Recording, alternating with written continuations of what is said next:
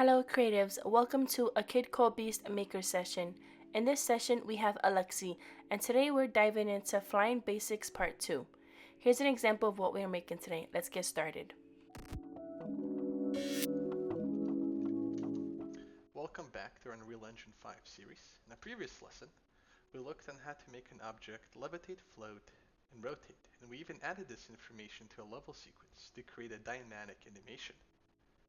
Today we're going to build on that foundation and take things a step further.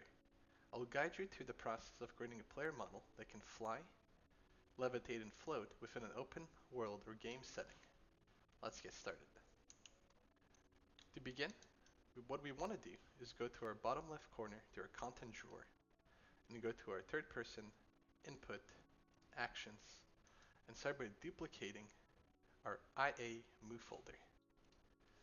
We want to rename it to the keybinds that we will be using later on. So for me it will be Z and X.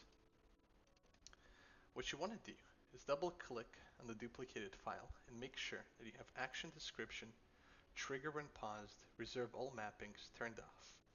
You want to have your value type on axis 2D, vector 2D. You want to make sure your lower priority is enhanced and selected, and that player mappable key settings are set on none. What we want to do is hit save. We can exit.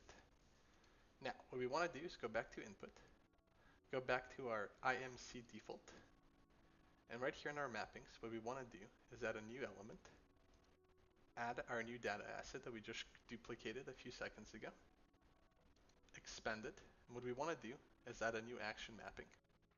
So if we left click, we can now keybind Z. In the same manner, left click and keybind X.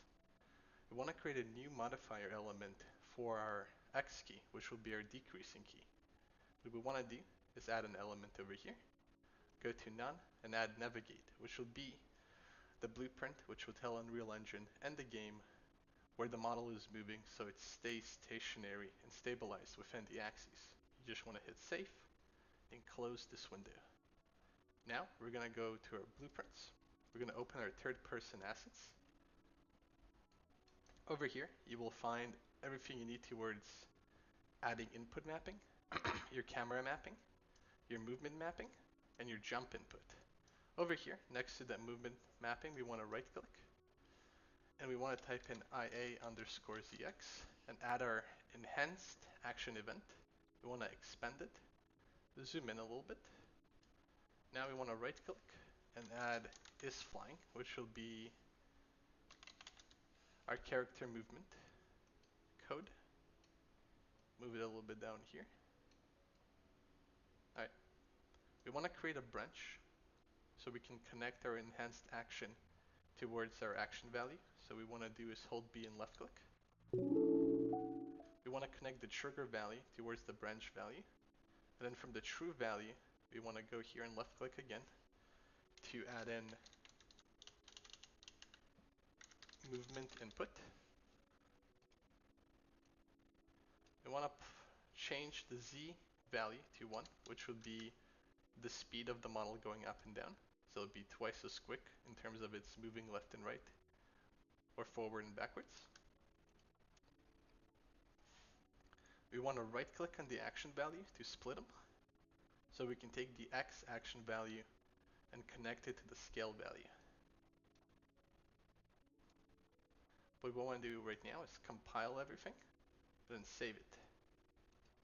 If we go into our player model and we hit the delta key, which will open our console, and we type in fly to enable the new branch input we just created, and we hit the first keybind, which was Z, our model will go up, and if we hit the second keybind, X, our model will go down. And it's a very simple starter rotation on how to make your model float, levitate, and kind of just fly in a very basic scenario. In our next lesson, we're going to look at how to incorporate a few animations so it looks a little bit more realistic when you're going up and more realistic when you're going down. In the same manner, when you're holding W, going forward or backwards, it will be a flying animation involved and rigged towards the model.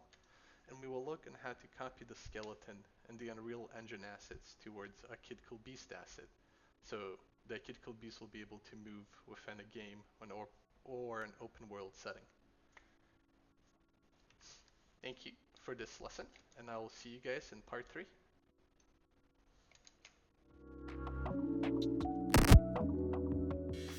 And that's a wrap. I hope you found this tutorial helpful. If you enjoyed it, be sure to subscribe to our YouTube channel for more content. See you in our next maker session.